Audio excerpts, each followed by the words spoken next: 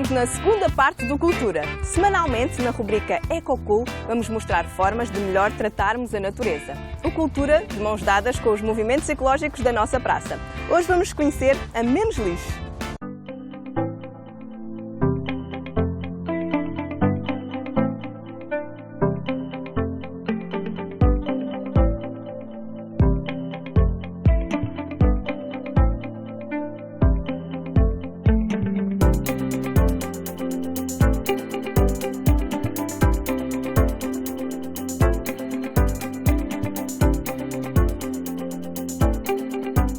A Menos Lixo começou a operar em 2018, com palestras e gincanas de recolha seletiva para se dar a conhecer, com presença em 2 edições do Sons do Atlântico, no TEDx e na última Bienal de Luanda.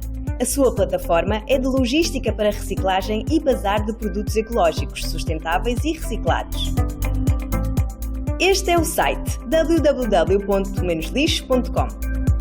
E podem encontrar produtos como absorventes ecológicos, brinquedos feitos com plástico reciclado, escovas de dentes ecológicas feitas em bambu, suportes para smartphones, a mascote da Menos Lixo e muito mais. A intenção para a plataforma é de um crescimento ainda maior. Quando a plataforma estiver disponível, vamos facilitar ainda mais o trabalho deles, porque eles vão ter tudo mapeado, não vão meter veículos na rua para procurar de ponta a ponta, eles já vão saber, vão poder mapear as suas rotas e saber onde tem resíduo X, Y e Z. A Menos Lixo faz pelo ambiente. Vamos todos fazer a nossa parte.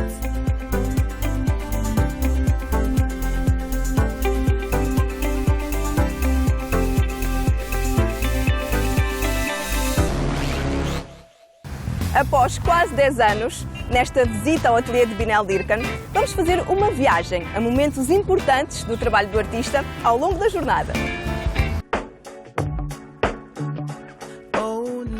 Bem, então, desde que tu apadrinhaste o Cultura, já passaram quase 10 anos.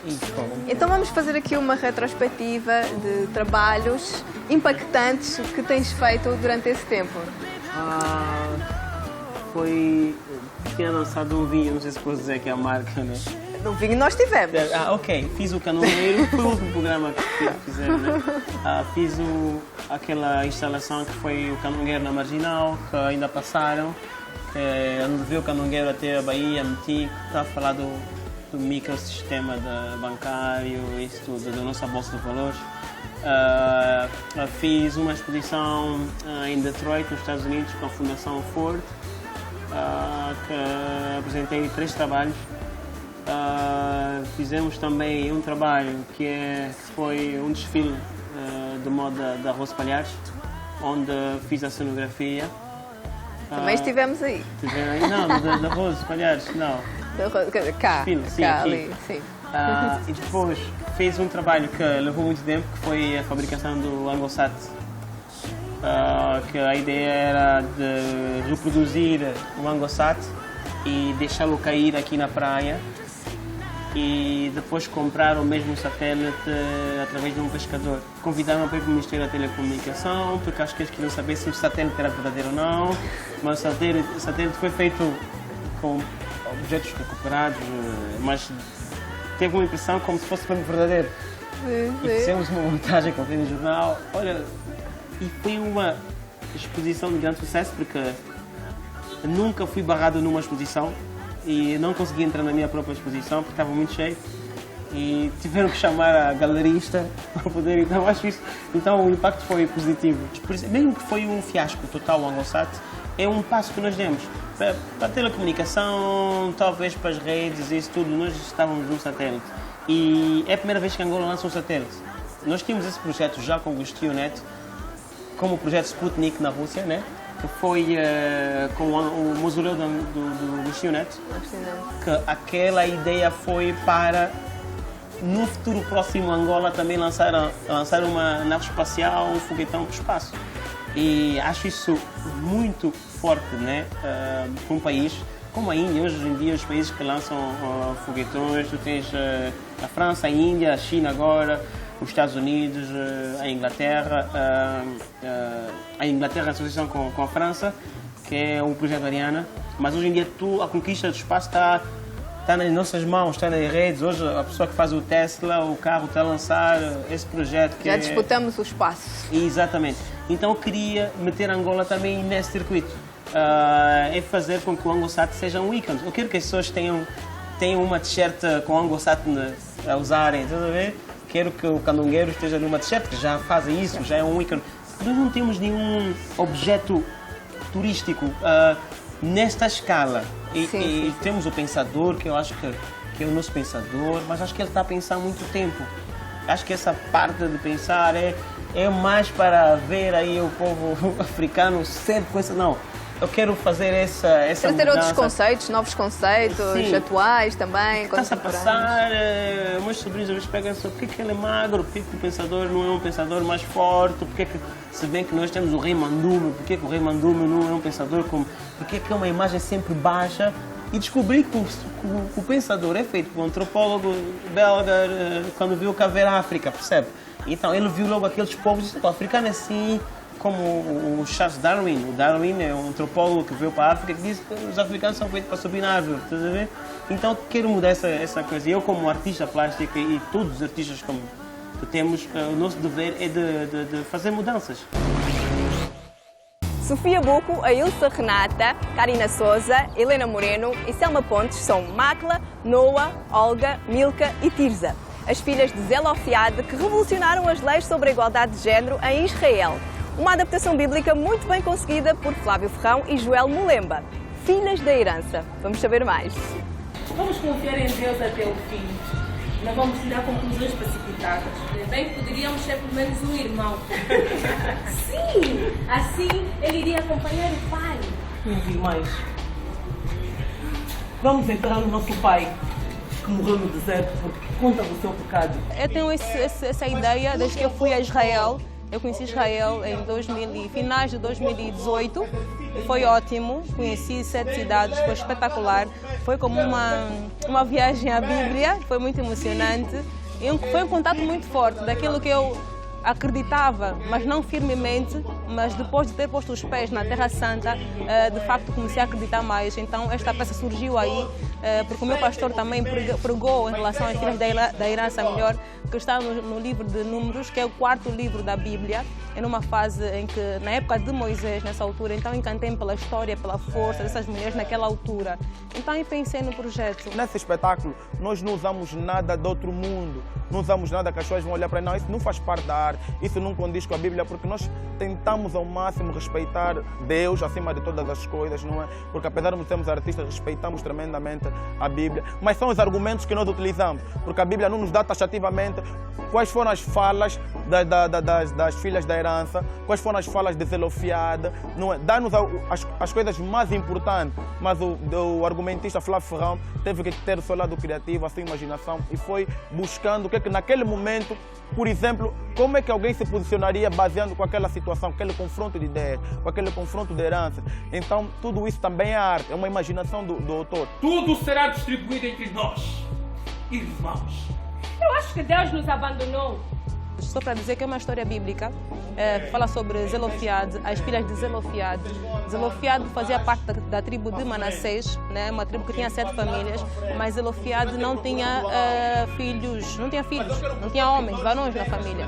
Naquela época todos tinham que ter varões para poder ficar com a herança. E no caso, como ele não tinha filhos, a herança tinha que ficar com os tios. E essas meninas então foram lutar a reivindicar. Será que vão conseguir a herança ou não? Essa é a resposta que vamos ter nesse espetáculo. Estando entre os seguidores que se juntaram contra o Senhor. Mas vamos orar. A legislação dos hebreus mudou por conta delas, né? A tribo de Manassés nunca mais foi a mesma a partir do momento que elas decidiram dar a voz, foram pedir a Moisés. Naquela altura nenhuma mulher ia ter com Moisés, que era considerado um profeta, um juiz naquela altura. Elas conseguiram se juntar e ter com Moisés e pedir a Moisés que intercedesse por elas. Esta missão de interpretar Moisés, eu tenho como missão também redescobrir a história. Já sabia um pouco, mas cada vez que me empenho é como se fosse uma grande batalha espiritual. Está a tirar-me muito da minha zona de conforto, porque eu não sou uma pessoa com ligação nenhuma à igreja, à religião, à Bíblia, e estar imbuída num personagem religioso, bastante religioso, como é a Ogla, está a ser assim uma forma de... E estou a sentir agora na pele aquilo de poder viver diferentes personagens e todos eles distintos de nós enquanto pessoa. A busca, por acaso, não foi tão profunda. A Noa, para mim, é a minha avó. A minha falecida avó, que morreu faz 6 meses, porque foi ela que me ensinou sobre fé. Foi ela que me ensinou sobre força, sobre coragem. E a Noa é uma mulher de uma fé inabalável, tem muita coragem.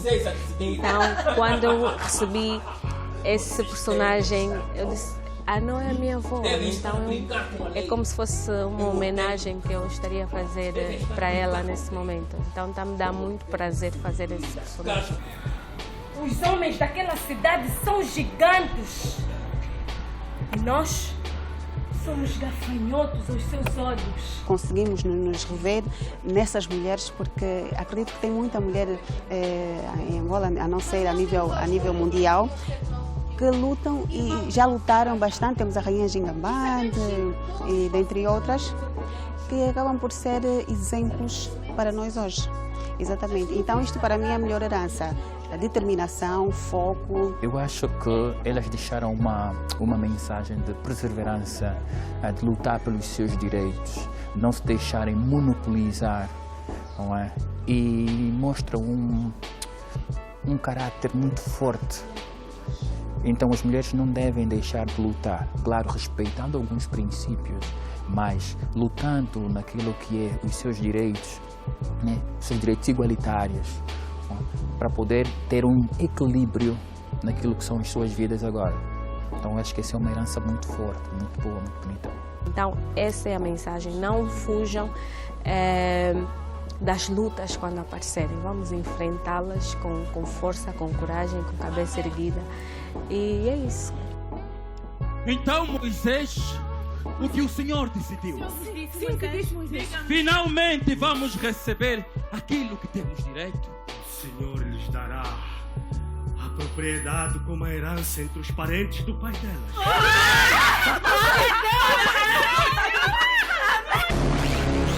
Cool para mim é entretenimento, arte, teatro. Cool para mim é cultura. Antes de irmos para o último intervalo, vamos acompanhar Binel Lirkan na sua caminhada a pé de Lisboa a Paris. 90 dias de muita descoberta, interior e artística. Terceira parte.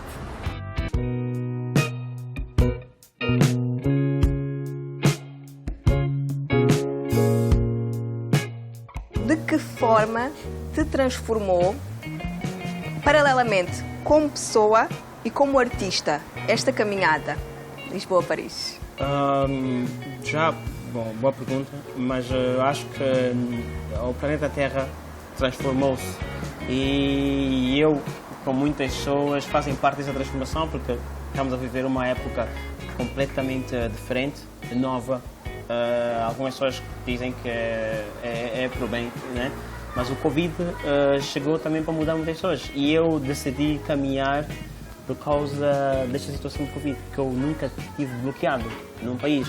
As fronteiras fechadas, vivi isso uma vez em 92 quando estava aqui, durante a guerra, né? Mas eu nunca mais fui confrontado, né, de estar preso num sítio. E foi, acho, uma das melhores experiências que eu vivi e ainda vivo, porque ainda tenho algumas células que têm uma lembrança muito forte disso. Isso muda, assim, o indivíduo. E eu tinha a minha sobrinha que mando um forte abraço, um beijo forte para ela, que é a Kelly, que todos os dias dava-me força e dizia: tio, encontrei um ponto para tu abrigares, que é neste acampamento, tu podes ir, já falei com o pessoal, tu podes ir lá. Então, ela acabou por fazer uma produção, não é? Sim, era o meu coach. E quando eu chegava em um abrigo, quando eu ia pedir abrigo, eu estava sempre contente, feliz, a rir, mesmo que estivesse a chover, e eu estava sempre bem disposto. Olá, boa tarde, eu estava sempre contente. Então achavam, diziam, o que é esse negro? Muitos deles nem faziam ideia que tu eras um artista. Não, depois é que eu tirava todas as... Porque era a minha arma também, porque eu sei que quando eu dizia para olha, vamos para o Google, vamos ver o que é que eu faço. E assim, oh, uau, tu és um artista conhecido e tal. Aí agarravam, que às vezes era difícil desfazer dessas pessoas. Já pegavam-se logo a mim. Sim, queriam-te adotar. Muitas vezes choravam, era um aperto. Às vezes eu nem ia mais para a casa das pessoas porque eu dizia, não, eu estou farto de estar. Porque é um pedaço de que fica, estás a ver? E depois com o tempo, é como o meu pai diz, quando já diz, se tu te apaixonares sempre, é um pedaço de coração que vai deixar. E se tiveres muitas histórias de amor, no final não vais ter uma história sólida, porque o teu coração já não está a 100%. Estás a 0,15%, sei lá. Tinhas um figurino, mesmo para este passeio, né? Ou esta caminhada. Quantas falas lá deste figurino? Estava equipado, tinha 22 quilos. E é muito. Comecei, isso é a costa, isso é Guincho, subi pela costa, passei por Nazaré, depois fui por Famalicão, depois fui ver a família, uma família que temos da parte da minha noiva, que foi em Viseu. Quer dizer que eu fiz um corte, entrei para o interior, quer dizer que passei por Fátima, Coimbra, Viseu, depois fui para Aroca, fiquei numa família excelente. Depois fui para o Porto, porque tinha um encontro com o Jeff. O Jeff disse que ia me receber lá, então estive com o Jeff, que deu uma força incrível. Depois continuei a subir, fui para Vigo, sempre pela costa. Porquê? Porque o mar, o litoral faz-me bem. Por isso é que eu vivo aqui também. E depois comecei a fazer a costa espanhola. E depois, como o interior era muito quente, decidi ir para o litoral. Fui para Bilbao. De Bilbao comecei a subir, passei por São Sebastião, depois comecei a subir para a costa francesa. Subi Biarritz, comecei a entrar por Bordeaux, depois cheguei, por exemplo, aqui já é na costa de Bordeaux.